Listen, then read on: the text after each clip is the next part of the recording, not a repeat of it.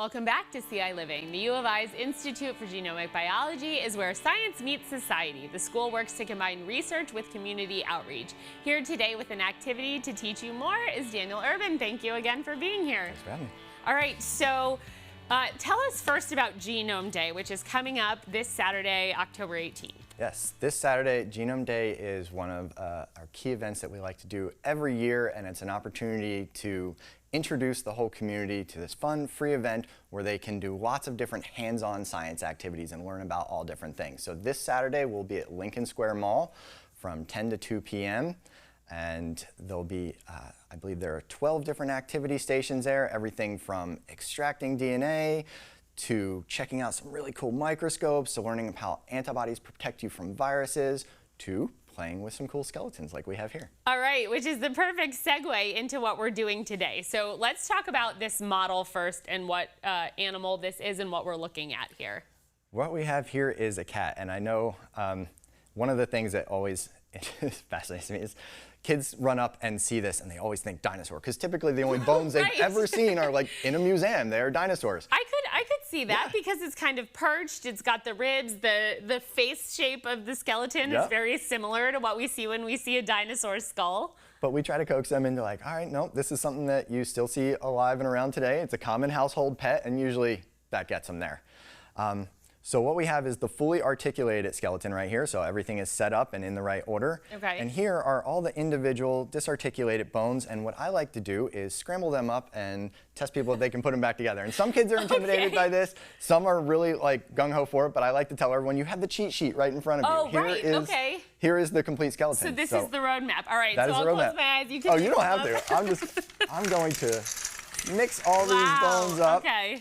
And we'll just put them in a nice little pile over here. And I did give you one very nice advantage, because even for me, it takes a while to get all the vertebrae in the right order. So that makes sense. Those are strung together. I'll put that right in the middle, and you can build out your cat from there. All right, well, I think I'm gonna start with the easy part, because the head is gonna go right there at the top of the, I guess the spinal cord. Spinal column. Spinal column, okay. And then these are kind of a handful of vertebrae down, and it looks like they're kind of facing this way, maybe. That's the scapula, the vertebrae, or I'm sorry, the shoulder blades. Oh, the shoulder blades, okay. So you're doing exactly right. I tell everyone to like build it from the middle outward. Oh, okay, all right. That was just sort of my intuition, so. Intuition was right. It's good. And then this kind of looks like that. Yep, we got the hip bone back there. The hip bone in the back, so I guess we'll put that like that. Try and make it a little bit like the model. That is the other thing we have to point out sometimes. It's not going to stand up. It's not Lego. It doesn't fit, right in. We're just laying it out in the general order. In the general way, and then the tail is the easy part. So we've got the two eady parts. Got some tail bones on there. Tail bones, and then now's where it gets tricky. So this is a tiny bone. We got a little bit more tail. I'm missing tail? Nope, that's the last bit. Tail. Oh, you know what's so funny? I was looking at this and I was like, that kind of looks like the underside of the rib cage maybe. But I actually leave the rib cage off because that can get very confusing too with lots of little bones that look very similar. Right, okay, so this is the edge of the tail. Got it. There we go. All right, so I would have put the tail on the ribs. You probably don't want me doing your surgery.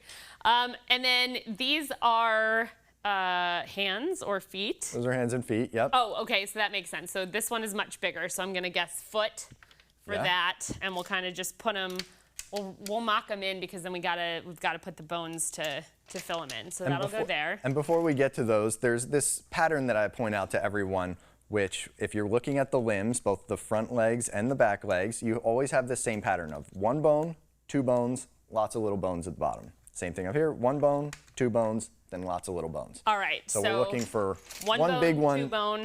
We're looking for one big one at the very top right there that's going to connect. All right. These look bigger, so I'm going to guess legs maybe? Yeah, and those are the same. So that's the other part of it is if you find one, you should always find a partner for it, because that's a good strategy. We're bilaterally symmetrical, so we have the same things on each sides. And so what these, let's see. These I think will go here. And then these ones I don't know. Let's see. All right. Oh, maybe that's the upper part? You've got the upper part actually right here. So, okay. And here's the femur, and you can always tell because it has that perfect quintessential ball and socket joint right there. Gotcha. And so you see the little acetabulum there, the opening. Oh, I see. Okay, and sure. it articulates with that. So that'll be there, and one on the other side. So you've already got those. And then that makes this part easier, right? Yep. Is that right? And that is the tibia right there. So that's the larger bone in the lower limb. And then there's a very skinny one right next to it, the fibula, which you have there as well. In my hand, all right. And then these ones, where do these ones go? So we've got two Down more. to 4. We've got 2 more for the forelimb. You've got the large one up there, so you've got the humerus. Okay. And so with that humerus, we need 2 that are below it. So you've got the ulna and the radius right there. And this is another one I always like to show. The ulna gives you a clue. It tells you its name because it has the little U right in it right there. So the shoulder, right at the top of the humerus, articulates with the shoulder. Moves right in with that. And then the ulna articulates. Moves right there. Right there. And then these bones you can kind of compare to, you've brought some other bones to show us kind of how animals are a little bit similar, right? So I've got a couple other friends over here. Here's an opossum, and this is a groundhog. Ooh, okay. Right here. And here are, just to show a couple of examples, this is the femur from each of these. So if we look at that one in comparison, you can see, I don't know if it's easier for me to hold these up or put them, that's perfect. put them down. Right there. But you can see the shape is generally the same. You can see that knob sticking out right there where it would go in with the hip, right?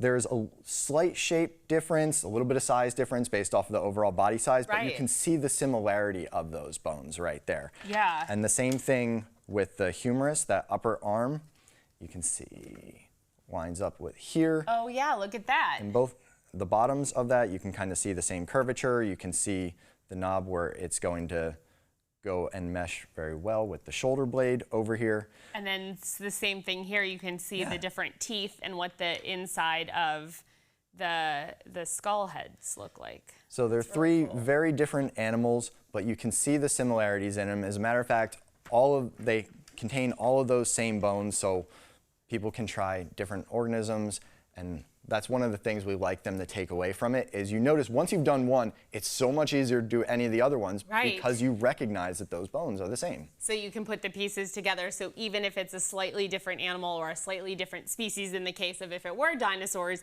you can still match up those bones. Yes, you can. Well, Daniel, thank you so much for being here and for always sharing some awesome science with us. Glad to do it.